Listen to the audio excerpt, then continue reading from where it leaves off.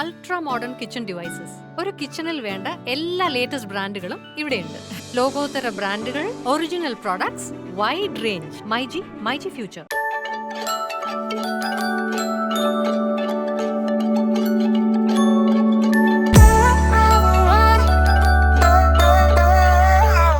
WhatsApp വഴി English പഠിക്കാൻ English cafe ഉള്ളപ്പോൾ ഇംഗ്ലീഷ് ഒരു വിഷയമേ അല്ല. English cafe, we present you the perfect English. WhatsApp now 9633388575. നമസ്കാരം. പുത്തൻ സിനിമയുടെ വിശേഷം പങ്കുവയ്ക്കാൻ ഇത് അതിഥികൾ എന്ന് പറയുമ്പോൾ, ഒരു സിനിമയ്ക്ക് ഒരു സിനിമ ഉണ്ടാകണമെങ്കിൽ കഥയുണ്ടാകണം.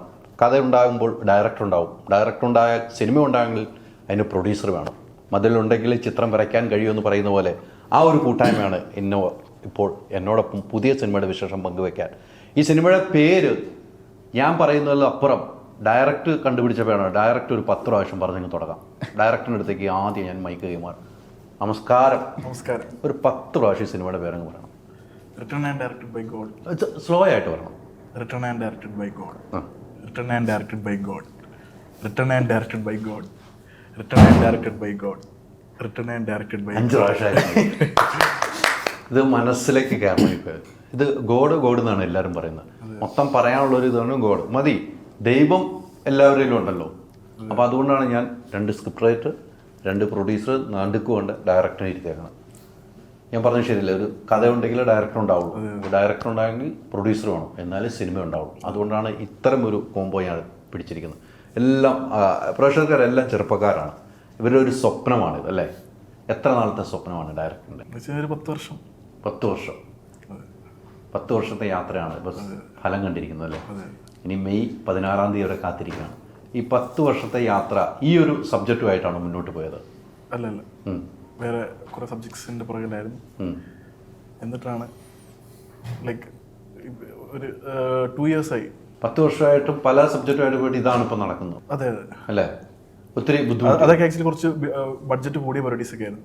അപ്പം അങ്ങനെ ആക്ച്വലി ഈ പരിപാടി സ്റ്റാർട്ട് ചെയ്തു. എവിടെയെങ്കിലും വെച്ച് ഈ 10 വർഷ യാത്രയിൽ ഇനി സിനിമയ്ക്ക് ഇറങ്ങണ്ട എന്ന് തോന്നിയിട്ടുണ്ടോ? നമ്മൾ അങ്ങനെ ഒരുപാട് തോന്നിയിട്ടുണ്ട്. പക്ഷേ എന്തോ ഒരു എനർജി നമ്മളെ ആക്ച്വലി പിന്നെയും ലൈക്ക് നമ്മൾ പിന്മാറുമ്പോഴായാലും ഇടയ്ക്ക് പ്രാവശ്യം ഗോഡിൻ്റെ ഒക്കെ ഒരു പ്രൊഡ്യൂസർ ഉണ്ടായിരുന്നു. അപ്പം റെഡി ആയില്ല. ഞാൻ വിചാരിച്ചു വേറെ എന്തെങ്കിലും ലൈക്ക് വെബ് സീരീസോ അല്ലെങ്കിൽ ഇങ്ങനെ മൂവി റിലേറ്റഡ് പരിപാടി തന്നെ നോക്കാമെന്ന് വിചാരിച്ചു. അപ്പോൾ സൈചേട്ടൻ എന്താ, ഞാൻ ഓൾറെഡി വെബ് സീരീസിൻ്റെ ഒരു 2 എപ്പിസോഡൊക്കെ ചെയ്തു, റിലീസാക്കുകയും ചെയ്തു. അപ്പോൾ അത് പാതി വെച്ച് നിർത്തിയ സൈചേട്ടൻ പറഞ്ഞ് ഞാനൊരു പ്രൊഡക്ഷനിൽ സംസാരിച്ചിട്ടുണ്ട്, എനിക്ക് സംസാരിക്കാൻ പറഞ്ഞു. അങ്ങനെയാണ് സനൂപിനെ മുട്ടുന്നത്. വീട്ടിൽ നിന്ന് എങ്ങനെയായിരുന്നു ഈ 10 വർഷത്തെ യാത്രയിൽ? അവരും ഇങ്ങനെ ജോലിക്കൊക്കെ പോകാൻ പറയുന്നുണ്ടായിരുന്നു. പക്ഷേ സിനിമ സംഭവിച്ചപ്പോഴത്തേക്ക് അവരെല്ലാം സപ്പോർട്ടാണ്. ആദ്യമേ വലിയ പ്രശ്നമാണ്. അവിടെ എന്നാലും നമുക്ക് ആക്ച്വലി പ്രശ്നമുണ്ടെന്ന് വെച്ചാൽ പറയില്ല, അവർക്ക് മീൻസ് അവർ കാണിക്കത്തില്ലെങ്കിൽ ഒരു സപ്പോർട്ട് തരുന്നുണ്ട്, ലൈക്ക് ഒരു ഇൻഡയറക്റ്റ്ലി. കാരണം നമുക്ക് അന്നം ഒക്കെ തരുന്നത് വീട്ടുകാർ തന്നെയല്ലേ. അപ്പം എന്നെ അവർ ഇടയ്ക്ക് ഫോഴ്സ് ചെയ്യാറുണ്ട്. പക്ഷെ എന്നാലും അവരുടെ ഒരു ഇതുണ്ട്. ഇപ്പോഴും അവർ സപ്പോർട്ട് നിൽക്കുന്നുണ്ടെങ്കിൽ ഇപ്പോഴും ഇവിടെ ഇരിക്കാൻ തന്നെ കാരണം. സിനിമയ്ക്ക് മുമ്പ് എന്തെങ്കിലും ജോലി ചെയ്യുന്നുണ്ടായിരുന്നു? ഇല്ല. സിനിമയായിരുന്നു നമ്മുടെ സ്വപ്നം, അല്ലേ? അതുകൊണ്ട് നമ്മൾ ഇത്രയും വർഷമുള്ള യാത്ര. എവിടെയാണ് ശരിക്കും സ്ഥലം? എവിടെയാണ് സ്ഥലം? കൊല്ലമാണ്. കൊല്ലം ശാസ്താംകോട്ട എന്ന് പറഞ്ഞ സ്ഥലം. കൊച്ചിയിൽ വന്നിട്ട് എത്ര വർഷമായി? വന്നും പോയൊക്കെ നിൽക്കുകയാണ്. ഇപ്പോഴാണ് ഒരു 2 ഇയേഴ്സാണ് കണ്ടിന്യൂസ്ലി ഉള്ളത്. ആ സമയത്ത് സിനിമയുടെ സ്വപ്നമായിട്ട് വന്ന് ആദ്യം കൂടുന്ന ആരോടാണ്? ഞാൻ ആക്ച്വലി കൂടി വെച്ചാൽ നമ്മുടെ ജിത്തു ജോസഫിൻ്റെ ഒരു അസോസിയേറ്റ് ഉണ്ടായിരുന്നു, പ്രശാന്ത് എന്നൊക്കെ പറഞ്ഞൊരു പുള്ളി. അപ്പോൾ ആളുടെ കൂടെ ആയിരുന്നു. ഞങ്ങൾ പിന്നെ ആഡ് ഫിലിംസ് ഒക്കെ ചെയ്തു. ആഡ് ഫിലിം ചെയ്ത് അവരോടൊപ്പം ഒരു യാത്ര ചെയ്തു. ആഡ് ഫിലിംസ്, പിന്നെ നമ്മുടെ നാഷണൽ ജോഗ്രഫിയുടെ കുറേ പരിപാടി ചെയ്തിട്ടുണ്ടായിരുന്നു. ടി സീരീസിന്റെ ഒരു മ്യൂസിക് പരിപാടി ചെയ്തു. വെറുതെ ഇരുന്നില്ല ആ സമയം. പിന്നെ ഷോർട്ട് ഫിലിംസ് അങ്ങനത്തെ പരിപാടി വെറുതെ ഇരുന്നില്ല. പിന്നെ നമ്മുടെ അപർണ ബാലമുരളിയായിട്ട് ഒരു സോങ് ചെയ്തായിരുന്നു. പിന്നെ ഒരു വർക്ക് നമ്മുടെ ലാലേട്ടൻ ലോഞ്ച് ചെയ്തു. അങ്ങനെ പിന്നെ കുറേ കൊമേഴ്ഷ്യൽ ഷോർട്ട് ഫിലിംസ് ഒക്കെ ചെയ്തായിരുന്നു. അത്യാവശ്യം നല്ല നമ്മുടെ ജാങ്കോ സ്പേസിൽ റിലീസായ അത് അത്യാവശ്യം മില്യൻസ് ഒക്കെ റീച്ച് ഉണ്ടായിരുന്നു. അങ്ങനെ യാത്ര തുടർന്നുകൊണ്ടേയിരുന്നു, അല്ലേ? ആ തുടർച്ചയുടെ ഭാഗമാണ് ഇപ്പോൾ നമ്മളിവിടെ ഇരിക്കുന്നത്. ഈ 2 സ്ക്രിപ്റ്റ് റൈറ്റേഴ്സ് വന്ന് ഈ കഥ പറഞ്ഞപ്പോൾ ഒരു ഡയറക്ടർ എന്ന നിലയിലേക്ക് എന്താണ് തോന്നിയത് ഈ കഥ? സത്യം പറഞ്ഞാൽ ഞങ്ങൾ ചെയ്യുന്ന ഒരു പ്രോജക്റ്റ് വേറെതായിരുന്നു. അത് ഇതേപോലെ കൊറോണ സമയത്ത് അറിയാലോ, ഇത്തിരി ബഡ്ജറ്റ് കൂടിയ പരിപാടീസൊക്കെ പ്രൊഡ്യൂസേഴ്സ് പുൾ ഓഫ് ചെയ്യാൻ ഭയങ്കര പാടാണ്. അപ്പോൾ അങ്ങനെ ഒരു പ്രാവശ്യം എൻ്റെ അടുത്ത് ജോമോൻ വിളിച്ചിട്ട്, ഞങ്ങൾ എപ്പോഴും വിളിച്ചിട്ട് കഥകൾ തന്നെ പറയുന്നത്. ആക്ച്വലി ഞങ്ങൾ തന്നെ ഒരു 10-15 എണ്ണം ചെയ്യാൻ വേണ്ടി ഓൾറെഡി ഇപ്പോഴേ പ്ലാൻഡ് ആയിട്ട് നിൽക്കുക. ഏകദേശം എല്ലാം ലോക്കാണ്. അപ്പോൾ ഒരിടത്ത് പറഞ്ഞു, ബ്രോ ഞാൻ ഒരു സ്റ്റോറി, ഒരു ചെറിയൊരു കണ്ടന്റ് ഉണ്ട്, ഞാൻ ലിൻഡോട് പോലെ പറഞ്ഞല്ലോ, എനിക്ക് പ്രതീക്ഷയില്ലാതെ റിജക്ട് ചെയ്ത പരിപാടിയാണെന്ന് എൻ്റെ അടുത്ത് പറഞ്ഞു. അപ്പം ഞാൻ കേട്ടപ്പം എനിക്ക് ഭയങ്കര ഇൻട്രസ്റ്റിംഗ് ആണ്. ഇവൻ്റെ അടുത്ത് ഭയങ്കര പ്രതീക്ഷയോട് പറയുന്ന സാധനം എനിക്ക് വർക്ക് ആവില്ല. പക്ഷേ ഇവൻ പ്രതീക്ഷ ഇല്ലാതെ പറഞ്ഞ സാധനം എനിക്ക് നല്ല രീതിയിൽ വർക്കായി. അപ്പോഴത്തെ അങ്ങനെ അവിടെ ഉണ്ടായി. പിന്നെ ഒരു ചെറിയ സ്ക്രാച്ച് ആയിരുന്നു, അത് നമ്മൾ ഡെവലപ്പ് ചെയ്ത് നല്ലൊരു പരിപാടിയായി. നല്ല പരിപാടിയാണ്. നിങ്ങൾ ഈ പറഞ്ഞ പോലെ ഈ ഇതുമായിട്ടുള്ള യാത്ര ഒത്തിരി ആണ്. നിങ്ങൾ ഒത്തിരി കഥകൾ ഇങ്ങനെ പറഞ്ഞുകൊണ്ടേയിരിക്കുകയാണ് നിങ്ങൾ രണ്ടുപേരും. നിങ്ങളുടെ മനസ്സിൽ കഥകളാണെന്നും അല്ലേ? നിങ്ങൾ രണ്ടും എത്ര വർഷമായിട്ടുള്ള സുഹൃത്തുക്കളാണ്? നമ്മൾ കോളേജിൽ 2014 തൊട്ട് 14 തൊട്ട് കോളേജ് തൊട്ട് സിനിമയാണ്. സിനിമയില്ല. 2018 ലാസ്റ്റ് ആയപ്പോഴാണ് നമ്മൾ സിനിമനെ പറ്റിയുള്ള ടോപ്പിക്ക് നമുക്കിടയിൽ വരുന്നത്. ജസ്റ്റ് ഒരു കോള്, ഞാൻ ഓഫീസിൽ, ഞാനപ്പോൾ കോളേജ് ഇറങ്ങി വർക്ക് ചെയ്യാൻ കയറി. നോർമലി ഒരു ഓഫീസിൽ വർക്ക് ചെയ്യുന്ന ഫോൺ ഉപയോഗിക്കില്ല. പെട്ടെന്ന് ഇവൻ വിളിച്ച് ഞാൻ അടുത്ത്, എടാ ലിൻഡോ നമുക്കൊരു ഷോർട്ട് ഫിലിം ചെയ്യാം. അതാണ് സ്റ്റാർട്ട്.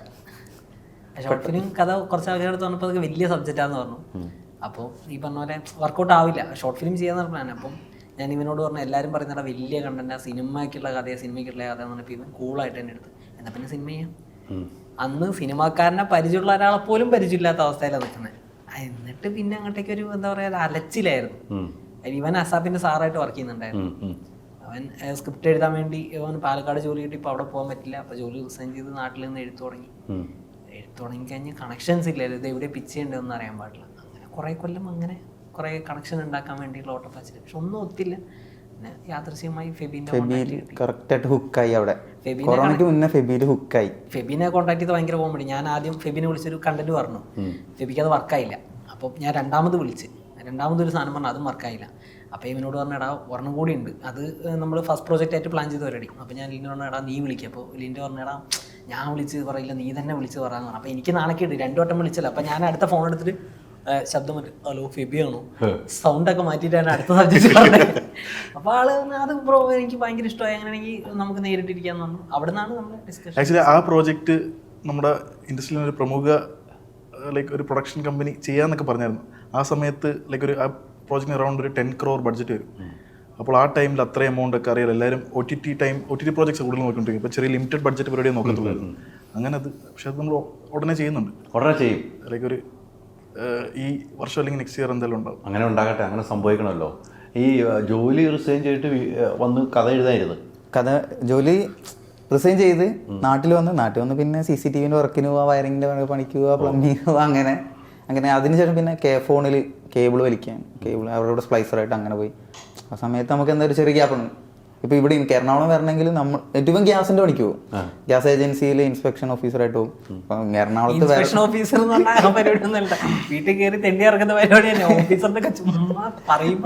പറയുമ്പോൾ എറണാകുളത്ത് വരണം, വണ്ടിക്കൂലിക്ക് പൈസ വേണമല്ലോ. പക്ഷെ വീട്ടിൽ നിന്ന് സപ്പോർട്ട് ഉണ്ട്, പക്ഷെ നമുക്ക് വീട്ടിൽ ചോദിക്കാൻ പറ്റില്ല. ജോലി വീട്ടിൽ തരും, അത്യാവശ്യം തരും. പക്ഷെ എന്നാലും നമ്മൾ ഈ സിനിമേന്റെ വർക്ക് ഇതൊരു പോസിബിൾ ആയിട്ടുള്ള കാര്യം പോലും അല്ല. അപ്പൊ അതിനുവേണ്ടി ഫിനാൻഷ്യലി ഹെൽപ്പ് ചെയ്യാന്ന് പറഞ്ഞ ഒരു ഫിനാൻഷ്യലി സെറ്റിൽഡും അല്ല, ഫാമിലി ഒരിക്കലും അങ്ങനെയല്ല. അപ്പോൾ പിന്നെ അതിനുവേണ്ടി ചോദിക്കുക ഒരു പരിധി വരല്ലോ. ഞാനാണ് ഇവൻ പറഞ്ഞ പോലെ ഫസ്റ്റ് ഒരു ഷോർട്ട് ഫിലിം പറഞ്ഞിട്ട് വിളിച്ചത്. ആ പേരിലാണ് ഇവൻ ജോലി അടക്കം കളഞ്ഞത്. ഇവൻ ഫോണിൽ ഈ പറഞ്ഞ പോലെ ലൈൻ വലിക്കാൻ കയറിയിട്ട് ചില ദിവസം വിളിച്ചിട്ടാണ് നടുവേനടാ എനിക്ക് പറ്റുന്നില്ല വൻ. അപ്പൊ എനിക്കിങ്ങനെ കുത്തും കടന്നിട്ട് ഞാനാണ് വലിച്ചിട്ടത് എന്നുണ്ട്. പക്ഷെ ഇപ്പം ഹാപ്പിയാണ്, കാരണം പ്രൊജക്ട്സ് ആയി, കുറച്ച് പ്രൊജക്ട്സ് കാര്യങ്ങളൊക്കെ ആയി എന്നുള്ളത് സന്തോഷം. പക്ഷെ ആ സമയത്ത് നല്ല ഞങ്ങൾ സ്ക്രിപ്റ്റ് ആയിട്ട് ഇങ്ങനെ ഓരോ പ്രൊഡക്ഷൻ കമ്പനീസിനെ ഇതാക്കുന്ന സമയത്ത് ഒരുപാട് പേരെ കൊറോണ സമയത്ത് ആക്ച്വലി ആൾക്കാർ പ്രോജക്റ്റ് എടുക്കുന്നത് ഭയങ്കര കുറവല്ലായിരുന്നു. സത്യം പറഞ്ഞാൽ കൊറോണ ടൈമിൽ ആക്ച്വലി ഞങ്ങൾ ഒരു 100 പ്രൊഡ്യൂസേഴ്സ് 100+ ആൾക്കാരത്ത് പോയിരുന്നു. കാരണം ചില നമ്മുടെ ഇൻഡസ്ട്രിയിലെ ലീഡിങ് പ്രൊഡക്ഷൻസ് ഒന്നും പിടിക്കാത്ത ഉള്ളതുകൊണ്ട് നമ്മൾ ആക്ച്വലി കുറച്ച് ബിസിനസ് മാൻമാരത്തൊക്കെ പോയി. അപ്പോൾ ആ സമയത്ത് ആക്ച്വലി 2 പേരുണ്ട്. ഇപ്പോൾ 2 പേരുടെ വയനാട് നിന്ന് എറണാകുളത്ത് വരണം. അപ്പോൾ എക്സ്പെൻസ് പറഞ്ഞാൽ ഒരാളെ മാത്രം, ചിലപ്പോൾ ജോമോൻ വരും, ചിലപ്പോൾ ലിൻഡ് വരും. ഞങ്ങൾ ആ രീതിയിൽ അങ്ങനെ വന്നത്. പൈസയുടെ പ്രശ്നമുണ്ടല്ലോ. പൈസയുടെ പ്രശ്നം നമുക്ക് എല്ലാവർക്കും ഉണ്ടായിരുന്നു. നമ്മളെല്ലാവരും സ്ട്രഗ്ലിംഗ് ടൈം അല്ലേ. മാക്സിമം ഞങ്ങളിൽ ഒരാളാ വരിക. പിന്നെ ഇവിടെ ഞാൻ ആക്ച്വലി എൻ്റെ കയ്യിൽ ഫണ്ട് ഇല്ലാത്ത ടൈമിലൊക്കെ ഞാൻ ഇടയ്ക്ക് നാട്ടിൽ നിന്ന് കള്ളവണ്ടി വരെ കയറി പോയിട്ടുണ്ട്. ആകെ ഇവിടെ വന്ന് ബസ് സ്റ്റാൻഡിൽ അങ്ങനെയൊന്നും കിടക്കണ്ടെന്നില്ല. നമ്മുടെ ഒരു കോമൺ ആയിട്ടുള്ള ഒരു കൂട്ടുകാരൻ ഉണ്ടായിരുന്നു ഇവിടെ റൂംസിൽ, ഇവിടെ ഹോട്ടലിൽ വർക്ക് ചെയ്തിട്ടുണ്ട്. അവൻ നമുക്ക് റൂം വരും. സിവേഷ് അത് AC റൂമൊക്കെയാണ് നമുക്ക് ഫസ്റ്റ് അങ്ങനെയാണ് സ്ക്രിപ്റ്റ് എഴുതാൻ എങ്ങനെ എഴുതണം, എങ്ങനെ കണക്ഷൻ കിട്ടുന്ന റോഷൻ നമ്മളതിലേക്ക് ഇന്നാവുന്നത്. റോഷനാണ് നമ്മൾ പറഞ്ഞത്. റോഷൻ അപ്പൊ എറണാകുളമാണ്. അവൻ ഈ സിനിമയിൽ ജൂനിയർ ആർട്ടിസ്റ്റ് പരിപാടിക്കൊക്കെ പോയായിരുന്നു. അപ്പൊ അവന് സിനിമയെ പറ്റി ഒരു ബേസ് ഉണ്ട്. അങ്ങനെയാണ് അവൻ സ്ക്രിപ്റ്റിലേക്ക് വരുന്നത്. നമ്മളോട് ഒന്ന് ഹെൽപ്പ് ചെയ്യോടാന്ന് വെച്ചിട്ടാണ്. എനിക്ക് കുഞ്ഞിലെ പോലെ അറിയാം റോഷനെ. അങ്ങനെയാണ് അവൻ വരുന്നത്. ഈ പറഞ്ഞ പോലെ സ്ക്രിപ്റ്റിനാണ് ഹെൽപ്പ് ചെയ്യുന്നത്. അവൻ പക്ഷെ വേറൊരു ടൈപ്പ് ഓഫ് ക്യാരക്ടറാണ്. ഈ പറഞ്ഞ പോലെ അവൻ ഒരു പെള്ളിശ്ശേരി ആവാൻ പോകുന്നൊരു മുതലാണ്. അത് സ്വന്തമായിട്ട് ഒരു വർക്ക് പ്രോജക്റ്റ് ചെയ്യുന്നുണ്ട്, എഴുതുന്നുണ്ട്. വയനാടാണ് നിങ്ങൾ രണ്ടും? അതെ. വയനാട് എവിടെയാണ്? മാനന്തവാടി. മാനന്തവാടിയിലാണ് രണ്ടുപേരും അല്ലേ? അവിടെ നിങ്ങൾ ഒരുമിച്ച് പഠിച്ച്? ഒരുമിച്ച് പഠിച്ചത് 2 ഡിപ്പാർട്ട്മെന്റ്, ഇവൻ ഇംഗ്ലീഷ്, ഞാൻ ഇലക്ട്രോണിക്സ്. പക്ഷേ സ്റ്റേജിൽ ഒരുമിച്ച് എല്ലാ പരിപാടിയും സ്റ്റേജിൽ ഒരുമിച്ചുണ്ടാവും. അല്ല, സ്റ്റേജിലൊക്കെ പ്രോഗ്രാം ചെയ്യുമായിരുന്നു? ചെയ്യല് തട്ടിക്കൂട്ട് പരിപാടികളായിരിക്കും, പക്ഷെ എല്ലാത്തിലും ഉണ്ടാവും. എല്ലാത്തിലും ഉണ്ടാവും. നാടോട് നൃത്തം വരെ കളിച്ചിട്ടുണ്ട് രണ്ടുപേരും. ചേലങ്കിയൊക്കെ കെട്ടി കയറി വന്നിട്ട് അറിയൊന്നുമില്ല, ചുമ്മാ ഈ മറ്റേ നാടൻ പാട്ടൊക്കെ വെച്ചിട്ട് തോർത്ത് വിട്ട് വടിയും പിടിച്ച് കയറി വന്ന് കളിക്കും. ഞാൻ ചുമ്മാ അങ്ങനെ കളിച്ചു. ഞാൻ നോക്കുമ്പോൾ ഇവൻ ചെലങ്കിയൊക്കെ ഇട്ട് നിന്റെ ദിഗംബരം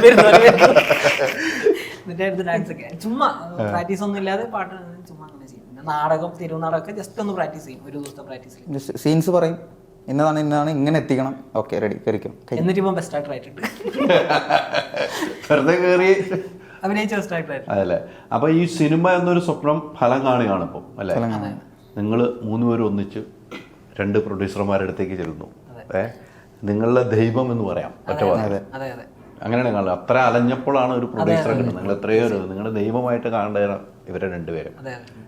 ഇവരിലേക്ക് നിങ്ങൾ അടുപ്പിക്കണുണ്ടല്ലോ. ഇവർ കഥ കേട്ട് ഇഷ്ടപ്പെട്ട് അടുപ്പിക്കാൻ നിങ്ങൾ കുറേ സമയം എടുത്തോ? സനൂഖാനെ പെട്ടെന്ന് വളഞ്ഞു. കാരണം സനൂഖാന്റെ അടുത്ത് ഫോണിൽ സനൂഖ ആ കഥ ഉണ്ട് കേട്ടോ. അതായത് ആള് കഥ കേൾക്കുന്ന തന്നെ ഒഴിവാക്കാൻ വേണ്ടിട്ടാ, ചുമ്മാ കേട്ട് ഒഴിവാക്കാൻ വേണ്ടിട്ട്. സനൂഖ കേട്ട് ആൾക്ക് ഓക്കെ എന്നുള്ള രീതിയിൽ നേരിട്ട് അപ്പോഴും ഈ പറഞ്ഞ ഒഴിവാക്കാൻ നമ്മളുടെ മട്ടിനാണ് വിളി. നമുക്കത് അറിയില്ലല്ലോ. പക്ഷെ ചെന്ന് ആൾക്ക് കഥ പറഞ്ഞപ്പോൾ തന്നെ കഥ ഇഷ്ടമായി. സൈജേട്ടനോട് പറഞ്ഞു എനിക്ക് വർക്കായി. അതിന് മുന്നേ നമ്മുടെ സൈച്ചേട്ടൻ ഒരു നല്ല നമ്മുടെ ഒരു പ്രമുഖ ഒരു പ്രൊഡക്ഷൻ്റെ അടുത്ത് എന്നെ മുട്ടിച്ചു തന്നു. അങ്ങനെ സൈച്ചേട്ടൻ്റെ ഓഫീസിൽ ഇരുന്ന് നമ്മളെല്ലാം കേട്ടു. പുള്ളിക്കാരന് ഇഷ്ടപ്പെട്ടു. പക്ഷെ പുള്ളിയുടെ ഒരു ഇപ്പം ഷൂട്ട് നടന്നുകൊണ്ടിരിക്കുന്ന ഒരു പ്രോജക്റ്റ് കഴിഞ്ഞിട്ട് ചെയ്യാൻ പറ്റുള്ളൂ എന്നൊക്കെ പറഞ്ഞു. അപ്പോൾ സൈച്ചേട്ടൻ പറഞ്ഞ് അത് നല്ല ഡിലേ ആവും, നമുക്ക് നേരത്തെ ചെയ്യാം. അങ്ങനെ സൈച്ചേട്ടനെ ഈ സനുവിനെ മുട്ടിച്ചു. അതിൻ്റെ ഇടയിൽ കൂടെ തന്നെ നമ്മുടെ ജോളി ചേട്ടനെ വിളിക്കുന്ന ഡേവിസ് എന്ന് പറഞ്ഞൊരു കൺട്രോളറുണ്ട്. അപ്പം പുള്ളിക്കാരൻ ഓൾറെഡി ധ്യാനിൻ്റെ അടുത്ത് പിച്ച് ചെയ്തായിരുന്നു. അപ്പോൾ ധ്യാനിൻ്റെ അടുത്ത് കണ്ടന്റ് പറഞ്ഞപ്പോൾ ധ്യാനും ഇഷ്ടപ്പെട്ടു. അപ്പോൾ ധ്യാൻ പുള്ളിയുടെ മീറ്റ് ഞങ്ങൾ കഴിഞ്ഞ സമയത്തിന് വിളിച്ചു വന്നു. ആ ധ്യാൻ ഇരിക്കാന്ന് പറഞ്ഞു 2 ദിവസം കഴിഞ്ഞിട്ട്. അപ്പോൾ ഞാൻ ഇങ്ങനെ വിളിച്ചു ചോദിച്ചു, എന്താണ് ഞാൻ ധ്യാനിൻ്റെ അടുത്ത് പോകണോ അതോ ചെയ്യുന്നത്? അപ്പോൾ ഇക്ക പറഞ്ഞു നമ്മൾ തന്നെ ചെയ്യും. അങ്ങനെ നിങ്ങൾ കഥ ഇഷ്ടപ്പെട്ട് ഇപ്പോൾ പറഞ്ഞ പോലെ ആദ്യം ഫോൺ വിളിച്ചപ്പോൾ ഒഴിവാക്കാനായിരുന്നു ഐഡിയ? അതായത് എൻ്റെ അടുത്ത് ഞങ്ങൾ കുറച്ച് നേരത്തെ പരിചയം ഉണ്ടായിരുന്നു. അപ്പോൾ എനിക്കെന്നാൽ ഇവരാരും അറിയില്ല. അപ്പോൾ അന്ന് സൈച്ചേട്ടൻ എനിക്ക് പരിചയമുള്ള സമയം. അപ്പം എന്നെ വിളിച്ചു, ഇങ്ങനൊരു കഥയുണ്ട്, നമുക്ക് ഞാൻ കേട്ടു വർക്കായ ഒരു കഥയാണ്, ഒന്ന് കഥ കേൾക്കണമെന്ന് ചോദിച്ചു. നമ്മുടെ നമിതാർമ്മ ഒരു കഫേ ഉണ്ട്, സമ്മട്ടം കഫേ പനമ്പള്ളിയിൽ. ഞാൻ അവിടെ ഇടയ്ക്ക് പോകാറുണ്ട്. അപ്പോൾ ഞാൻ അവിടെ ഇരുന്ന് കോഫി കുടിച്ചുകൊണ്ട് അവിടെ നിന്ന് കോഫി കുടിച്ച് ഞങ്ങൾ കഥ കേൾക്കുന്നത്. അപ്പോൾ എൻ്റെ അടുത്ത് വന്നിട്ട് ആദ്യം ഇങ്ങനൊരു കഥയാണ്, ഫെബി എന്ന് പറഞ്ഞ ഡയറക്ടറാണ്. അപ്പോൾ ഞാൻ എക്സ്പീരിയൻസ് ഇതിലുണ്ടോ? ആൾ ഈ പറഞ്ഞ കുറേ ഷോർട്ട് ഫിലിംസ് ഒക്കെ ചെയ്തിട്ടുണ്ട്. പക്ഷേ ഫസ്റ്റ് ഡയറക്ടോറിയലാണ്. റൈറ്റേഴ്സും പുതിയ പയ്യന്മാരാണ്, വയനാട് 2 പയ്യന്മാരാണ് എന്നൊക്കെ പറഞ്ഞു. ഞാൻ ഓക്കെ കഥ കേൾക്കാം എന്ന് പറഞ്ഞു. എന്നിട്ട് എന്നോട് കഥ പറഞ്ഞു. ഒരു 20-25 മിനിറ്റ് കൊണ്ടാണ് കഥ പറഞ്ഞത്. പക്ഷേ സത്യം പറയാൻ എനിക്ക് പകുതി മനസ്സിലായിരുന്നു. പക്ഷേ ഏറ്റവും കാര്യം എന്ന് വെച്ച് കഴിഞ്ഞാൽ ഇതിൻ്റെ കുറേ സീക്വൻസസ്, അതായത് ഈ ഹൈലൈറ്റ് ചെയ്യുന്ന സീക്വൻസസ് ഉണ്ട്, അത് കൃത്യമായിട്ട് പറഞ്ഞു. അതായത് മെയിൻലി നമ്മൾ അട്രാക്ട് ചെയ്യുന്ന എന്താണോ എലമെൻ്റ് ഉള്ള കഥയിൽ അത് കൃത്യമായിട്ട് ആൾക്ക് ഗ്രഹിക്കാൻ പറ്റുമെന്നാണ് തോന്നുന്നു. അത് കൃത്യമായിട്ട് എന്നിൽ കൺവേ ആയി. അപ്പോൾ തന്നെ എനിക്ക് ഇഷ്ടപ്പെട്ടു, ഞാൻ ചെയ്യാമെന്ന് പറഞ്ഞു. പിന്നെ നമ്മൾ ഒട്ടും താമസിച്ചില്ല, നമ്മൾ നേരെ സൈച്ചേട്ടനെ കാണാൻ വേണ്ടി സൈച്ചേട്ടനെയും സണ്ണിനെയും കണ്ട്, നമ്മൾ സണ്ണിച്ചേട്ടനെയും കണ്ട് കൺഫർമേഷന് വേണ്ടി നമ്മൾ പോയി. അന്നാണ് ഞാൻ ഡയറക്ടറിനെ ആദ്യമായിട്ട് കാണുന്നത് ബൈ റോഡ്. എനിക്ക് തോന്നുന്നത് ബസ് സ്റ്റാൻഡിൽ വെച്ചിട്ട് ആലുവ കണ്ടു. ബസ് സ്റ്റാൻഡിൽ വെച്ച് കണ്ടു. ഞങ്ങളുടെ എൻ്റെ വണ്ടിയിൽ ഞങ്ങൾ നേരെ പോയി. ഞങ്ങൾ കാസർഗോഡ് സൈച്ചേട്ടന് അഡ്വാൻസ് കൊടുക്കാൻ വേണ്ടി ഒരു യാത്ര. അവിടുന്ന് സണ്ണിക്ക് വയനാട് സുൽത്താൻ ബത്തേരിയിൽ സണ്ണിക്ക് അഡ്വാൻസ് കൊടുക്കാൻ വേണ്ടി ഒരു ഒറ്റ ഡേ ലോങ് ട്രിപ്പ്. കാരണം അങ്ങനെയാണ് ഞങ്ങൾ ഇതിൽ പരിചയപ്പെടുകയും വയനാട് എത്തിയപ്പോഴാണ് ഞാൻ റൈറ്റേഴ്സിനെ കാണുന്നതും അവരെ പരിചയപ്പെടുന്നതും. നേരിട്ട് കാണുന്നത്? നേരിട്ടാണ്. ഇവരൊക്കെ ഞാൻ നേരിട്ട് കാണുന്നത്. അതിന് ഈ ഞാൻ ഇന്നായ ശേഷമാണ് ഇവരെ കാണുന്നത്. അതിന് മുമ്പ് ഇവരെ കാണാൻ പോയിട്ടില്ല. കാര്യം എനിക്ക് കണ്ടന്റ് എനിക്ക് വർക്കായി. നിങ്ങൾ രണ്ടും എങ്ങനെയാണ് ഈ പ്രൊഡ്യൂസേഴ്സ്? നിങ്ങൾ ഇത് എനിക്ക് ഇപ്പം സൈജു ചേട്ടനാണ് ഈ മൂവി കൊണ്ടുവന്ന് തരുന്നത്. സൈജു ചേട്ടൻ്റെ അടുത്തോട്ട് ഞാൻ ആദ്യം വേറൊരു കഥ പറയാനാണ് പോയത്, വേറൊരു റൈറ്ററായിട്ട് സൈജു ചേട്ടൻ. ഞാനപ്പോൾ ആദ്യത്തെ പടം കഴിഞ്ഞിട്ട് നിൽക്കുകയാണ്, റോയ് എന്ന് പറഞ്ഞ സുരാജ് വെഞ്ഞാറമൂടിൻ്റെ പടം പ്രൊഡ്യൂസ് ചെയ്തിട്ട് നിൽക്കുകയായിരുന്നു. അപ്പോൾ അത് കഴിഞ്ഞിട്ട് സൈജു ചേട്ടൻ്റെ അടുത്ത് വേറൊരു കഥ പറയാൻ ഒരു റൈറ്ററായിട്ട് പോയി. അപ്പോൾ സൈജു ചേട്ടൻ അത് ഇഷ്ടപ്പെട്ടു. പക്ഷേ സൈജു ചേട്ടൻ പറയണം അത് ഒരു കുറച്ച് നാൾ കഴിഞ്ഞിട്ട് ചെയ്യാം. ഇപ്പം ഞാൻ കേട്ട് വെച്ചേക്കുന്ന ഒരു സബ്ജക്റ്റ് ഉണ്ട്, ഒരു 3-4 പിള്ളേരാണ് അതിൻ്റെ ഡയറക്ടറും സ്ക്രിപ്റ്റും അവരാണ്. സ്ക്രിപ്റ്റ് നീ ഒന്ന് കേട്ട് നോക്ക്. അപ്പോൾ കേട്ട് നോക്കാം. അപ്പോൾ ഞാൻ ഈ സ്ക്രിപ്റ്റിൻ്റെ പുറകെയാണ് സൈച്ചേട്ടനോട് പറഞ്ഞു. അപ്പോൾ ഞാനൊന്ന് കേട്ടിട്ട് ഇവരെ ഇഷ്ടമായില്ലെന്ന് പറഞ്ഞു വിടാം, സച്ചേട്ടൻ പറഞ്ഞല്ലേ എങ്ങനെയെങ്കിലും ഒഴിവാക്കാം ഇവരാ. അപ്പം അങ്ങനെ പനമ്പള്ളി നഗർ ഊട്ടുപുരയിൽ ഇരിക്കുകയാണ്. ഇവരെ വിളിച്ചു വരുത്തി, ഇവര് 3 പേരും ഉണ്ട്, വിളിച്ചു വരുത്തി. അപ്പോൾ ഇവർ പറഞ്ഞു വിടണമല്ലോ എങ്ങനെയെങ്കിലും ഒഴിവാക്കി ഒന്ന് ജസ്റ്റ് ഒന്ന് കഥ പറഞ്ഞു വിടുക. പക്ഷെ കഥ പറഞ്ഞ് കഴിഞ്ഞപ്പോൾ ഞാൻ അതിലോട്ടായി. എനിക്ക് ഭയങ്കരമായിട്ട് ഇഷ്ടപ്പെട്ടു. അതിലൊരു സാധനമുണ്ട്, ഒരു നല്ലൊരു സ്ക്രിപ്റ്റാണ്, നല്ലൊരു സാധനം. ഞാൻ അപ്പോൾ തന്നെ സൈച്ചേട്ടനെ വിളിച്ച് പറഞ്ഞു, സൈച്ചേട്ടാ എനിക്ക് ഇഷ്ടപ്പെട്ടു, നമുക്കത് എങ്ങനെ വർക്കൗട്ട് ചെയ്യാം നോക്കാം എന്നുള്ള രീതിയിൽ പറഞ്ഞു. നിങ്ങൾ കഥ പറയാൻ പറയുമ്പോൾ ഇത് ഓക്കെ ആവുന്ന ഒരു പ്രതീക്ഷയില്ലാതെ വരുന്നില്ല തോന്നുന്നു. ഇല്ല, അത് കാരണം വെച്ചാൽ ഒരുപാട് ആൾക്കാരെ കണ്ടു പറഞ്ഞല്ലോ. ഇത് എനിക്ക് ഏറ്റവും ഇതിൽ കഥ പറഞ്ഞു വെച്ച് കഴിഞ്ഞാൽ, പുറത്ത് ഉള്ള ഒരാൾ ഒരു പ്രൊഡ്യൂസറോട് സംസാരിച്ചു. ആളുടെ അവിടുത്തെ സമയം എന്ന് പറഞ്ഞാൽ ആൾ രാത്രി 11 മണിക്കാണ് ഫ്രീ ആവുക. അയാളുടെ 11 മണി വരുമ്പോൾ നമുക്ക് രാവിലെ 3 മണിയാണ്. അപ്പോൾ ഉറങ്ങാതിരിക്കണം ഈ നേരം എടുക്കുന്ന വരെ, എന്നിട്ടാണ് കഥ പറച്ചിൽ. കഥ പറഞ്ഞ ഒരു 2 മണിക്കൂർ ഡിസ്കഷൻ വേറെയും. അങ്ങനെ പറഞ്ഞിട്ട് പോലും വർക്കൗട്ട് ആയിട്ടില്ല. അപ്പോൾ പിന്നെ എറണാകുളം വരെ വന്ന് കഥ പറയുക പറഞ്ഞാൽ വലിയ കാര്യമൊന്നും അല്ലായിരുന്നു. അപ്പോൾ പിന്നെ വന്ന് പറയുക, നല്ല രീതിയിൽ പറയുക, പ്രസൻറ്റ് ചെയ്യുക, വർക്കായ സന്തോഷം എന്ന രീതിയിലാണ് വന്നത്. അപ്പോൾ കഴിഞ്ഞ പറഞ്ഞാൽ നമുക്ക് ചെയ്യാം. ഞങ്ങൾ കോൺഫറൻസ് കോൾ ചെയ്യും. പുള്ളി UK നിന്ന് വിളിക്കും, കോൺഫറൻസ് കോൾ ഇരിക്കും. എന്നിട്ട് പുള്ളിക്കാരന് പരിപാടി ഇങ്ങനെ പുള്ളി പറയാം നല്ലൊരു ആർട്ടിസ്റ്റ് വരട്ടെ, അങ്ങനെ ഇങ്ങനെ കുറേ ബിൽഡപ്പ് ഇട്ടിരുന്നു. അങ്ങനെ ഞങ്ങൾ വേറെ പ്രൊഡക്ഷൻ ആയെന്ന് പറഞ്ഞപ്പോൾ നീ അടുത്ത് പറയണ്ടായിരുന്നു, പുള്ളിക്കാരൻ നമ്മൾ പുതിയ ആൾക്കാരെ കുറച്ച് ബിൽഡപ്പ് ഒക്കെ ഇട്ടിരുന്നേ. അമ്മപ്പൊക്കെ കണ്ടന്റ് ഭയങ്കര ഇഷ്ടമായിരുന്നു. പുള്ളിക്കും കണ്ടന്റ് പോണവർക്കൊക്കെ അല്ല, ഇഷ്ടമാണ്. കഥ പറഞ്ഞു എല്ലാവരും പറഞ്ഞത് കഥ ഇഷ്ടമായി. പക്ഷെ എന്തെങ്കിലുമൊക്കെ തടസ്സങ്ങളും കാര്യങ്ങളും ഒക്കെ ഉണ്ടായിരുന്നു. സനുക്ക് അത് മാത്രം പറഞ്ഞില്ല, തടസ്സങ്ങളൊന്നും പറഞ്ഞില്ല. കേട്ടു, ഇഷ്ടമായി. ഇത് ചെയ്യേണ്ട ഞങ്ങളായിരുന്നു. അതുകൊണ്ട് അതെ ടൈറ്റിൽ പോലെ തന്നെ ഇപ്പം എഴുതി വെച്ചേക്കുക നീ everything happens four A reason. ഈ ദൈവം ഇവർക്കുള്ളായിരുന്നു. ഇവർക്ക് വേണ്ടി വരം കൊടുക്കാമെന്ന് വന്ന ദൈവമാണ്. പക്ഷെ ഇവർക്ക് കിട്ടിയ വരം ഇനി പ്രേക്ഷകർ ഏറ്റെടുത്താൽ മതി അല്ലേ? ഈ പപ്പയോട് പറഞ്ഞു, പപ്പ സിനിമയായിട്ട് എങ്ങനെയാണ്? ഇല്ല, അതായത് ഞാൻ പറഞ്ഞിരുന്നു ഞങ്ങളെ പരിചയപ്പെടുന്നത് ഈ വലിയൊരു കഥയാണ്. വലിയൊരു വെച്ച് കഴിഞ്ഞാൽ ഞാനൊരു ടെക്സ്റ്റൈൽസ് തുടങ്ങിയത് 2 വർഷം മുമ്പ്. അപ്പം ഞാൻ നാട്ടിൽ തന്നെ ഓൺലൈനായിട്ട് ഞാൻ സ്റ്റാർട്ട് ചെയ്തത് മാർക്സ്റ്റോൺ എന്നൊരു കമ്പനി. അപ്പോൾ അതും സൂപ്പർ മാർക്കറ്റും ഞാൻ ഒരുമിച്ച് സ്റ്റാർട്ട് ചെയ്തത്. അപ്പോൾ ആ സമയത്ത് എന്താ ചെയ്തതെന്ന് വെച്ച് കഴിഞ്ഞാൽ ഞാൻ UK എൻ്റെ പഠനം കഴിഞ്ഞിട്ട് നാട്ടിൽ വന്ന സമയമാണ്. അപ്പോൾ ഞാൻ പഠിച്ചൊക്കെ പുറത്താണ്, സൗദിയിലും UK-യിലായിട്ടായിരുന്നു. അപ്പോൾ നാട്ടിൽ വന്ന സമയത്ത് എനിക്കൊരു ബിസിനസ് തുടങ്ങാൻ ആഗ്രഹം ഉണ്ടായിരുന്നു. അപ്പോൾ ഞാൻ പപ്പോട് എന്നിട്ട് പറഞ്ഞു, എനിക്ക് ജോലി ചെയ്യാൻ എനിക്ക് താല്പര്യമില്ല, എനിക്ക് എന്തെങ്കിലും അതായത് ഇന്നോവേറ്റീവ് ആയിട്ടൊരു ബ്രാൻഡായിട്ട് സ്റ്റാർട്ട് ചെയ്യണം എന്നാണ് എൻ്റെ ആഗ്രഹം. ഞാൻ കാരണം 10 പേർക്ക് ജോലി കിട്ടാൻ പറ്റുക എന്നുള്ളതാണ് എൻ്റെ പണ്ടോടെല്ലാം മൈൻഡ് സെറ്റ്. അപ്പോൾ ഞാൻ പറഞ്ഞു ഞാനിങ്ങനെ ബ്രാൻഡ് തുടങ്ങാൻ പോകണം, ഒരു പുതിയ ആശയമായിരുന്നു. അപ്പോൾ അന്നത് ഉദ്ഘാടനത്തിൽ, അപ്പോൾ ഞാനൊരു ലോഞ്ച് പോലെ ഒരു ഈവെൻറ്റ് പോലെ എൻ്റെ നാട്ടിൽ എൻ്റെ സ്കൂളിൽ, ഞാൻ പഠിച്ച സ്കൂളിൽ, എവിടെയാണ് മറ്റേ മൂവാറ്റുപുഴ ഒരു എൻ്റെ പഠിച്ച സ്കൂളിൽ നെബലൈസ് എന്ന സ്കൂളിൽ പേര്. അപ്പോൾ അതിന് വേണ്ടി എനിക്കൊരു ആർട്ടിസ്റ്റിനെ വേണം. അപ്പോൾ ഞാൻ ചാക്കോച്ചനാണ്, എനിക്ക് പണ്ടോട്ട് എനിക്ക് ഭയങ്കര ഇഷ്ടപ്പെട്ട ഒരു ആക്ടറാണ്. എനിക്ക് മനസ്സിൽ ആദ്യം വന്ന പേര് ചാക്കോച്ചനാണ്. അപ്പോൾ നമ്മൾ ഗൂഗിളിൽ അപ്പോൾ അന്ന് എനിക്ക് സിനിമ ഫീൽഡായിട്ട് ആരും ഒരു ബന്ധമില്ല. അപ്പോൾ ഞാനിങ്ങനെ നമുക്ക് എങ്ങനെ പരിചയപ്പെടാം എന്നുള്ള ഓൺലൈനിൽ ഫേസ്ബുക്കിൽ ചെക്ക് ചെയ്തപ്പോൾ ചാക്കോച്ചൻ്റെ മാനേജർ എന്ന രീതിയിലാണ് നമുക്ക് സനു കെ യൂസഫ് എന്ന നമ്പറാണ് കിട്ടുന്നത്.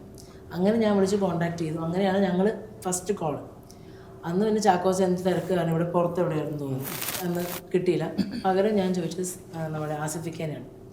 ആസിഫിക്കൻ അമിത പ്രമോദിനെയും എനിക്ക് കണക്ട് ചെയ്ത് തന്നത് നമ്മുടെ സനൂക്കാണ്. അപ്പോൾ ഞങ്ങൾ നേരെ അങ്ങനെയാണ് കമ്പനി ആകുന്നത്. അങ്ങനെയാണ് പുള്ളി റോയി എന്ന് പറഞ്ഞൊരു പടം ചെയ്തിട്ടുണ്ടെന്നും അപ്പോൾ ആൾ ഇനി അടുത്തൊരു പടം നോക്കുന്നുണ്ട്. അപ്പോൾ അന്നേരമാണ് ഒരു യാദൃശ്ചികമായിട്ട് ഞാനും പപ്പയും പറഞ്ഞത് നമുക്കൊരു പടം ചെയ്താൽ കൊള്ളാമെന്നുണ്ട്, നല്ലൊരു പടം വരുവാണെങ്കിൽ. അപ്പോൾ പറഞ്ഞു സനൂപ നീ വന്ന് എന്നോട് അവരോട് കഥ പറ, നല്ല പടമാണ് നമുക്ക് ചെയ്യാം എന്നൊരു സാധനം പറഞ്ഞു. അങ്ങനെയാണ് പപ്പ അപ്പോൾ അന്നിരുന്നു കഥ കേൾക്കാൻ ഞാനാണ് പോയത്. ഞാൻ കഥ വന്ന് പപ്പോട് പറഞ്ഞു. അപ്പോൾ ഞാൻ ഇടയ്ക്ക് പലയിടത്തും പറയും, അതായത് ഞാൻ എൻ്റെ ബിസിനസ്സിലേക്ക് ഇറങ്ങുന്ന സമയം എനിക്ക് ഇവർ 20 വയസ്സാണ്. അപ്പം അങ്ങനെ ഞാൻ ഈ കഥ സ്റ്റാർട്ട് ചെയ്ത് തുടങ്ങിയതാണ്. പക്ഷേ ഇത് കഴിഞ്ഞിട്ട് ഞങ്ങൾ വേറൊരു പടം ഞാൻ ചെയ്തു. അതായത് ഗോഡ് കഴിഞ്ഞിട്ട് ഞാൻ വേറൊരു പടം TJ പ്രൊഡക്ഷൻ്റെ ബാനറിൽ ഞാൻ ഇൻഡിപെൻഡൻ്റ് ആയിട്ടൊന്ന് ചെയ്തിട്ടുണ്ട്. അതിൻ്റെ സ്ക്രിപ്റ്റ് റൈറ്റേഴ്സ് ഇവർ തന്നെയാണ്. അതിൽ നമ്മുടെ അപർണദാസും നമ്മുടെ ധ്യാൻ ചേട്ടനും ഉണ്ട്. അപ്പം അങ്ങനെ ആ ഷൂട്ട് തുടങ്ങി കുറച്ച് കഴിഞ്ഞപ്പോൾ, ഷൂട്ട് സമയത്ത് പപ്പയ്ക്ക് കുഴപ്പമുണ്ടായിരുന്നില്ല. ഷൂട്ട് തുടങ്ങി ഞാൻ മൂന്നാറായിരുന്നു ഷൂട്ടിൻ്റെ സമയത്ത്. അങ്ങനെ ക്യാൻസറായിരുന്നു പപ്പയ്ക്ക്. അപ്പോൾ വന്നിട്ട് ആൾ അസുഖമൊക്കെ മാറി എല്ലാം ഓക്കെ, 1 വർഷത്തോളം ഹാപ്പി ആയിട്ടിരുന്നു. പെട്ടെന്ന് മഞ്ഞപ്പിത്തം വന്ന് സീരിയസ്. അപ്പോൾ ഞാൻ ഷൂട്ടിൻ്റെ എനിക്ക് ഇന്നും ഓർമ്മയുണ്ട്, ഞാൻ ക്ലൈമാക്സ് അതായത് ലാസ്റ്റ് ഡേ ഓഫ് ഷൂട്ട് ഞാൻ സെറ്റിലുണ്ടായിരുന്നു. അന്ന് ഞങ്ങൾ എല്ലാ ടീമും അവിടെ ഉണ്ടായിരുന്നു മൂന്നാർ. ലാസ്റ്റ് ഡേ ഷൂട്ടിൽ ഞാൻ വെളുപ്പിന് അന്ന് ഫുൾ നൈറ്റ് പോയ ദിവസമാണ്. വെളുപ്പിന് എങ്ങാണ്ട് 4 മണി 5 മണി ആയപ്പോൾ ഞാൻ റൂമിൽ ജസ്റ്റ് റെസ്റ്റ് എടുക്കാൻ പോയി കിടക്കുന്നത്. അപ്പോൾ ഷൂട്ട് കിടക്കുന്നുണ്ട്. അന്നേരം എനിക്ക് വീട്ടിൽ നിന്നൊരു കോള് വന്നു. അപ്പോൾ ഞാൻ ഉറക്കാൻ അറിഞ്ഞില്ല.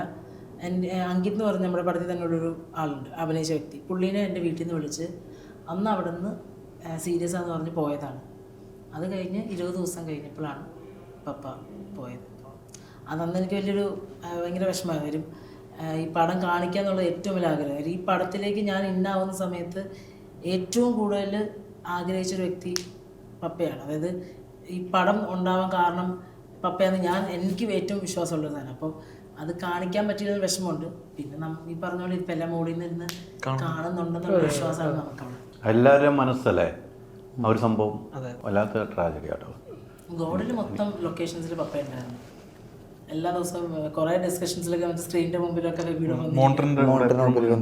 ഡൗട്ടുകളൊക്കെ ചോദിക്കുക. നല്ല രസമായിരുന്നു ഇത് കാണാൻ. ആൾക്ക് അറിയാൻ ഭയങ്കര താല്പര്യമുള്ള വ്യക്തി. ഓരോ കാര്യങ്ങൾ കണ്ടു കഴിഞ്ഞാലും അതെന്താ നടക്കുന്നത് എന്നുള്ളൊരു ഒരു കുട്ടിയെ പോലെ ക്യൂരിയോസിറ്റി ഉണ്ട്. അപ്പോൾ നല്ല രസം. ഞാനിവിടുന്ന് ഞങ്ങൾ ഒരുമിച്ച് നിന്ന് ഇങ്ങനെ നോക്കും.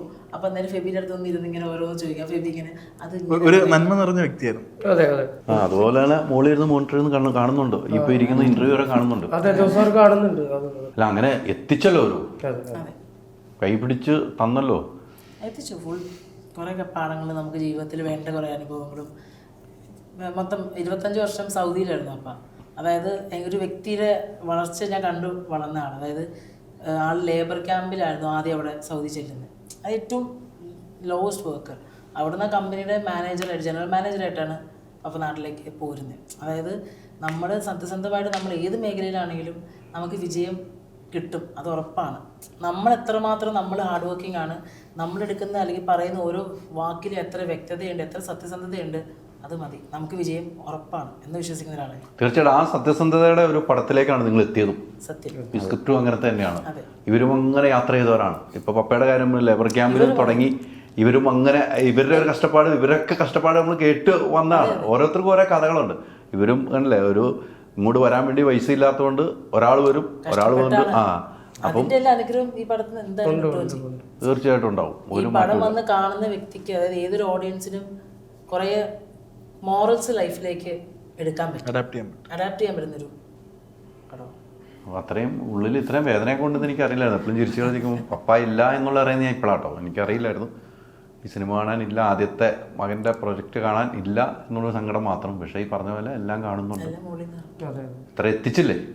രാത്രി ദൈവത്തിനോട് നിങ്ങൾ സംസാരിക്കുമല്ലോ, നിങ്ങളുടെ സ്വപ്നങ്ങൾ കാണാൻ വേണ്ടി അല്ലേ. ഈ സിനിമയുടെ കിടന്ന് രാത്രി നമ്മൾ എല്ലാവർക്കും ഉണ്ടാവില്ല, സ്വാഭാവികമായിട്ടുള്ള നിങ്ങൾക്കും ഉണ്ടായിരുന്നല്ലോ. നിങ്ങൾ എന്നും പ്രാർത്ഥിക്കുന്നത് എന്തായിരിക്കും ഈ സബ്ജക്റ്റ് ഒന്ന് സക്സസ് ആയി വർക്കാവണേ എന്നുള്ളത് തന്നെയാണ്. അത് നിങ്ങൾക്ക് പെട്ടെന്ന് വർക്കാനുള്ള ദൈവത്തിനോട് അടുത്തുകൊണ്ടേയിരുന്നു നിങ്ങൾ. ആ ദൈവത്തിനെയാണ് നിങ്ങൾ ഭൂമിയിലേക്ക് ഇറക്കുന്നത് ക്യാരക്ടറായിട്ട് അല്ലേ. അല്ലേ, അപ്പൊ അതിനകത്ത് നമുക്ക് ഒത്തിരി ടച്ച് ചെയ്യും. നമുക്ക് സിനിമ കാണുമ്പോൾ നിങ്ങളിപ്പോൾ എൻ്റെ ഈ ഇൻ്റർവ്യൂവിൽ എനിക്ക് കുറേ കാലം ഉൾക്കൊള്ളുവാണ്. ഈ ഇൻ്റർവ്യൂ കാണുന്നവർക്കും അവർ പറഞ്ഞതൊക്കെ അവരുടെ ഹൃദയത്തിലുണ്ടായിരുന്ന കുറേ സാധനങ്ങൾ ഇതിനകത്തുണ്ടല്ലോ എന്നൊരു ഫീലുണ്ടാവും. ആ ഫീല് നിങ്ങൾ ഈ സിനിമയിൽ വെച്ചിട്ടുണ്ടെന്നാണ് എനിക്ക് തോന്നുന്നത്. അല്ലേ, നിങ്ങളുടെ ഒന്ന് കണ്ണ് നിറഞ്ഞിട്ടുണ്ടെങ്കിൽ ഈ സിനിമയുടെ ദൈവത്തിൻ്റെയും കണ്ണ് നനയും, മറ്റു മനുഷ്യരെയും കണ്ണ് നനയും. അങ്ങനെയൊക്കെ വെച്ചിട്ടില്ലേ? അല്ല, എന്നെ സംബന്ധിച്ചിടത്തോളം എൻ്റെ മാക്സിമം ഔട്ട്പുട്ട് അതിലുണ്ട്. നമ്മുടെ സ്ക്രിപ്റ്റിൽ ഈ പറഞ്ഞ പോലെ നമ്മളത് കൺവേ ചെയ്തിട്ടുണ്ട്. ഞാൻ പടം കണ്ടു കഴിഞ്ഞപ്പോൾ എൻ്റെ കണ്ണ് നിറഞ്ഞിട്ടുണ്ട്. എനിക്ക് കഥ അറിയുന്നു, എൻ്റെ കഥ ആയതുകൊണ്ട് കണ്ണ് നിറഞ്ഞായിരിക്കാം. പക്ഷെ എനിക്കത് വർക്കായിട്ടുണ്ട്. ഞാൻ എത്രത്തോളം ആത്മാർത്ഥത അതിൽ കാണിച്ചിട്ടുണ്ടോ അതെനിക്ക് കിട്ടിയിട്ടുണ്ട്. ഫെബി അതിൻ്റെ ഒരു പടി മേലെ അത് ഡയറക്റ്റ് ചെയ്ത് ഞങ്ങൾക്ക് തന്നിട്ടുണ്ട്. അതിൽ ഞങ്ങൾ സാറ്റിസ്ഫൈഡ്. ബാക്കി പ്രേക്ഷകർ അതിനപ്പുറം പടിയായിട്ട് ഇവർ പൈസ മുടക്കി. ഞങ്ങൾ പ്രൊഡ്യൂസേഴ്സ് പൂർണ്ണ സംതൃപ്തിയായി പടം. അതിൽ കൂടുതൽ വേണ്ട. ഞങ്ങൾക്ക് സംതൃപ്തി എന്ന് പറഞ്ഞാൽ 100% സംതൃപ്തി. ഡയറക്ടറെ കൊണ്ട് യാതൊരു പ്രശ്നം ഉണ്ടായിട്ടില്ല. പ്രശ്നം ഉണ്ടായിട്ടില്ല. ആകെ ഈ പ്രൊഡ്യൂസറെ കൊണ്ട് ഈ പ്രൊഡ്യൂസറെ കൊണ്ട് ചെറിയ കുഴപ്പമില്ല. കണ്ണാടിയൊക്കെ വെച്ചിരിക്കും, ആരും കാണില്ല. കണ്ണിൽ ഇടയ്ക്കൊക്കെ തുറച്ചു നോക്കണ്ട. അതെ, ഞങ്ങള് അത് പറഞ്ഞ പോലെ ഞങ്ങൾ ഹാപ്പിയാണ് ഇതിൽ. ഈ ഇതിൽ ഇപ്പൊ തീർന്നു വന്നപ്പോൾ അതിൽ ഞങ്ങൾ ഹാപ്പിയാണ്. ഞങ്ങൾക്ക് നല്ലൊരു ഒരു റിസൾട്ട് കിട്ടും എന്ന് തന്നെ ഞങ്ങൾ വിശ്വസിക്കുന്നു. റിസൾട്ട് ഉണ്ടാവണം. എന്തോ പറയാൻ വേണ്ടി എന്തോ പറഞ്ഞ ബഡ്ജറ്റിനെക്കാട്ടി നല്ല എമൗണ്ട് താത്തി ചെയ്തു കൊടുത്തു. അതിവിടെ പറയണ്ട. കട്ട് ചെയ്യാൻ പാടില്ല കേട്ടോ. പക്ഷെ അത് പറയുന്നത് ഞങ്ങളായിരുന്നു, ഞങ്ങൾ പറയാൻ പറ്റും. ഇവരുടെ ഒരു വെപ്രാളം ഉണ്ടല്ലോ ഈ സിനിമ ഇറങ്ങാൻ വേണ്ടി. അതിനെ ഇങ്ങനെയൊക്കെ പറഞ്ഞാൽ ഇന്റർവ്യൂ തീരുമ്പോ SP ഫെബി എന്നുള്ള പേരൊക്കെ വന്നു കഴിഞ്ഞാൽ അങ്ങനെ പറയും, അങ്ങനെ പറയും. എന്തായാലും ഈ സിനിമ ഒന്നും DD ഒന്നും കയറാൻ പാടില്ല, വെച്ചിട്ട് കുറച്ച് സിനിമയാണ്. അത് വളരെ സത്യം. അത് ഞാൻ അങ്ങനെ ഇങ്ങോട്ട് ആക്കി തന്നില്ലേ. ഇനി ഞാൻ പറഞ്ഞു വന്നാൽ എനിക്ക് ഉത്തരവാദിത്തമില്ല. പറഞ്ഞു വരുത്തിക്കരുത്. എനിക്ക് തോന്നുന്നു കേട്ടോ, നിങ്ങളുടെ ഈ കൂട്ടായ്മ ഉണ്ടല്ലോ രസമായിട്ടാണ് എനിക്ക് തോന്നുന്നു കേട്ടോ. ഞാൻ സണ്ണിയുടെ അടുത്ത് ചോദിച്ചപ്പോഴാണെങ്കിലും ഷൈജോൻ്റെ അടുത്ത് ചോദിച്ചപ്പോഴാണെങ്കിലും പറയുന്നത് നല്ല കുറച്ച് ആളുകൾ നല്ല കുടുംബം പോലെ ഷൂട്ട് ചെയ്യാൻ പറ്റി. ഇണക്കങ്ങളും പിണക്കങ്ങളും ഒരു സിനിമയിൽ ഉണ്ടാവുന്ന പോലെ ഇണക്കങ്ങളും പിണക്കങ്ങളും, പക്ഷെ എല്ലാം അപ്പോൾ തീർന്നു പോകുന്നു, അപ്പോൾ തീർന്നു പോകുന്നു എന്നാണ് എന്നോട് പേഴ്സണലായിട്ട് പറഞ്ഞത് കേട്ടോ. അവർ നല്ല മനസ്സുള്ളതുകൊണ്ടാണ് നിങ്ങൾക്കെല്ലാം, അല്ലെങ്കിൽ ഇങ്ങനെയൊന്നും ഉണ്ടാവില്ല. എനിക്ക് ഇവരുടെ സ്റ്റോറി കേട്ടപ്പോഴും നിങ്ങളുടെ സ്റ്റോറി കേട്ടപ്പം പപ്പയുടെ സ്റ്റോറി കേട്ടപ്പം എനിക്ക് വല്ലാതെ ഒരു വേദനിച്ച്. അതൊരു വലിയ വേദനയുടെ ഒരു കഥയാണ് അല്ലേ. അപ്പോൾ വീട്ടുകാരെന്തുമാത്രം ആഗ്രഹിച്ചാണ് പപ്പയോടൊപ്പം പോയിരുന്ന സിനിമ കാണാൻ അല്ലേ. വീട്ടിൽ എത്ര പേരാണ്? വീട്ടില് മമ്മി, ഞാൻ, ചേച്ചിയുടെ കല്യാണം കഴിഞ്ഞു, വളിയുണ്ട്, ചേച്ചി ഒരു കൊച്ചുണ്ട്. ഞങ്ങളുടെ വീട്ടിൽ തന്നെ എല്ലാവരും. അപ്പോൾ മമ്മിയൊക്കെ അന്ന് തന്നെ കൊണ്ടുവരണം. പക്ഷെ ഞങ്ങള് ഫാമിലി ഉള്ളപ്പോൾ ഒന്ന് ജോസാറും ഞങ്ങളുടെ കൂടെ ഉണ്ടാവും. ഒന്നവിടെ ഞങ്ങൾ കാണുന്ന തിയേറ്ററിൽ ജോസാറും ഉണ്ടാവും. നമ്മുടെ അമ്മേന്റെ ക്ലൈമാക്സിൽ അപ്പനിരുന്ന് വേറെ കൈയടിക്കുന്നില്ലേ 2 മാലാമാരുടെ കൂടെ, അതുപോലെ ആളവിടെ ഇരുന്ന് കൈയടിക്കും. അല്ല എല്ലാവരും ഈ പറഞ്ഞാൽ എല്ലാവരും അങ്ങനെ ഉൾക്കൊള്ളില്ലെന്നേ. ഒരു മകൻ ഒരു സിനിമയിലേക്ക് വരുവാന്ന് വെച്ചാൽ കാലഘട്ടം അങ്ങനെയാണല്ലോ. ഒരു സിനിമ നോക്കുമ്പോൾ നിട്ടുന്ന കാലഘട്ടത്തിലാണ് വാർത്തകൾ കേട്ടു. പേടി ഇപ്പൊ സമൂഹത്തിലാണല്ലോ ഉണ്ടാവും. ഇപ്പൊ എന്റെ നാട്ടിലെ ആൾക്കാർക്ക് ഇപ്പോഴും അറിയാൻ പറ്റില്ല ഞാനിപ്പോ എന്താ ചെയ്തത്, സിനിമയിലൊക്കെ വന്നു, അങ്ങനെ പല ചോദ്യങ്ങളും പല ചർച്ചകളും അവർക്കറിയാം, ഇവനറിയാം. പിന്നെ നമ്മുടെ പടങ്ങളും ട്രാൻസ്പെറന്റ് ആയിരുന്നല്ല. ഇവരെ വീട്ടിൽ തന്നെ ഷൂട്ട് ചെയ്തിട്ടുണ്ട്, വീട്ടിൽ തന്നെ ഷൂട്ട് ചെയ്തിട്ടുണ്ട്. ഫുള്ള് ട്രാൻസ്പെറന്റ് ആയിരുന്നു. നമ്മുടെ അവരും കൂടെ ഉണ്ടായിരുന്നു ഷൂട്ടിന്. എന്തായാലും നല്ലൊരു കൂട്ടായ്മയിൽ നല്ലൊരു സിനിമ. ആ സിനിമ വിജയിക്കട്ടെ. നിങ്ങളുടെയൊക്കെ കഷ്ടപ്പാട് മറ്റേ നടുവേന എടുത്തതും മറ്റേ പണിക്ക് വരുന്ന നടുവേന എടുത്തതും എന്താ ഗ്യാസ് ഓഫീസർ അതല്ല, അങ്ങനെയാണെങ്കിൽ കുറെ പണിയുണ്ട്. ഞാൻ എന്റെ അപ്പനോട് കോൺക്രീറ്റ് പണിക്കാരെ പോയിട്ടുണ്ട്, ലൈറ്റിന് പണിക്ക് പോയിട്ടുണ്ട്. അങ്ങനെയാണെങ്കിൽ എനിക്ക് ഒരുപാട് പൊസിഷൻസ് ഉണ്ട്. എഞ്ചിനീയർ വരെ പറയാം കോൺക്രീറ്റ് പണിക്ക് പോയാലും. പക്ഷെ കഷ്ടപ്പാട് ഒത്തിരി പേര് സിനിമയായിട്ട് കഷ്ടപ്പെടുന്നുണ്ട്. അല്ല, എല്ലാവർക്കും ഒരു കഥ, എല്ലാവർക്കും ഒത്തിരി കഥകൾ പറയാനുണ്ട്. ഒരു സിനിമയിലേക്ക് എത്തണമെങ്കിൽ ഒത്തിരി കഷ്ടപ്പാട് വേണം.